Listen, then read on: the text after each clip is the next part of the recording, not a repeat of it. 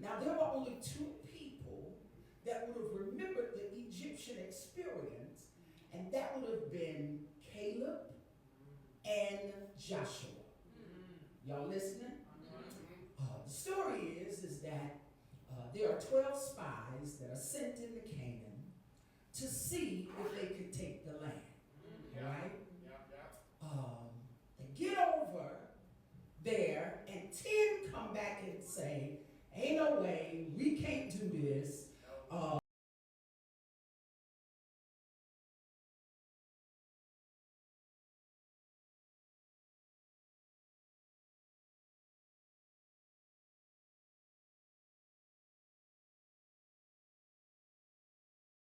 But I mean, them folks so big, them giants, we look like grasshoppers under them. But Joshua and Caleb say, I believe we can handle it. Now watch this. You got Moses, who was the original leader. And I know this is getting ready to mess with some folks' church theology, but I'm learning as I get older, I like to pick on folks' church theology. Because a whole lot of the theology don't make no doggone sense. Here we go. Moses is the initial leader, which in our culture, we would have never allowed Moses to lead us because Moses is a murderer. Wow. That's it right there. That's it right there. So his slate would not have been clean enough in order to lead. He can't lead me. You know, he was in prison for 20 years. So we wouldn't have allowed Moses. But now, Caleb and Joshua get over into Canaan, and watch this now, a hooker, a lady of the evening, a chick that worked in the red light district by the name of Rahab, hides them in the whorehouse.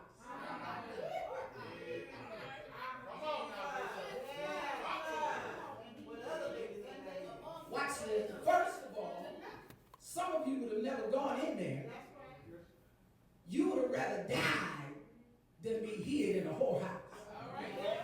Second of all, watch this, Fred. Can you imagine how viral they would have gone? Suspect was seen. Y'all gonna help me bring this to that. Suspect lady was seen going in the whorehouse, not knowing that the whore was the one who kept their life. What are you saying, Bishop? Be very careful how you handle people and treat people. And be very, very careful who you make the assessment who is not anointed or not called by God or don't have a calling on their life because they don't fit the criteria that you feel like they ought to fit. Because everybody in here, you do know we are sinners saved by grace. And some of us need more grace than others.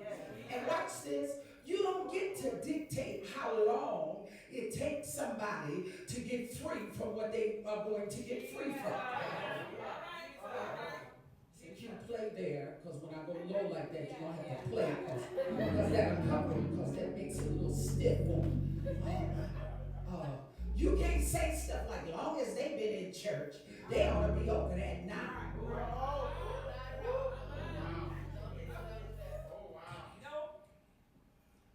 You don't know what got me in this predicament.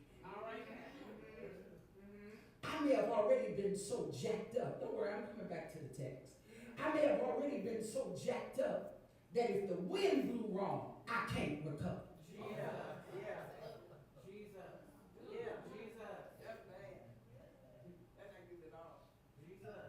But you don't know that about me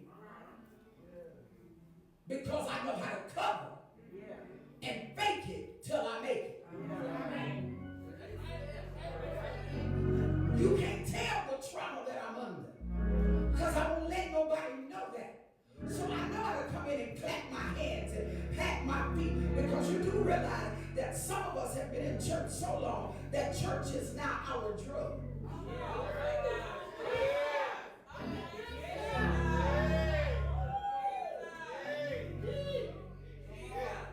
So we believe as long as I can get to church, I'm good.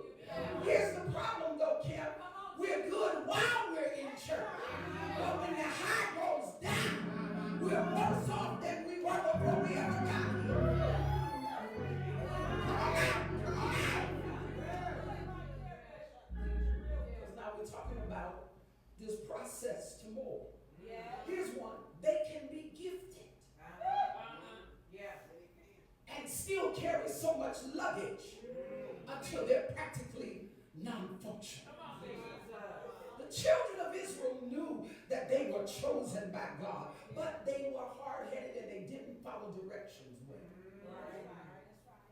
Remember now, here they are carrying luggage that they should have never had to carry. Y'all ain't got to say nothing here. You ain't got to pat your foot. You ain't got to clap. You ain't got to do nothing.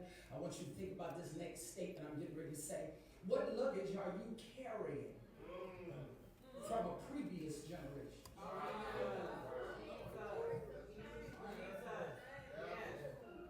I'm preaching better than y'all. Help.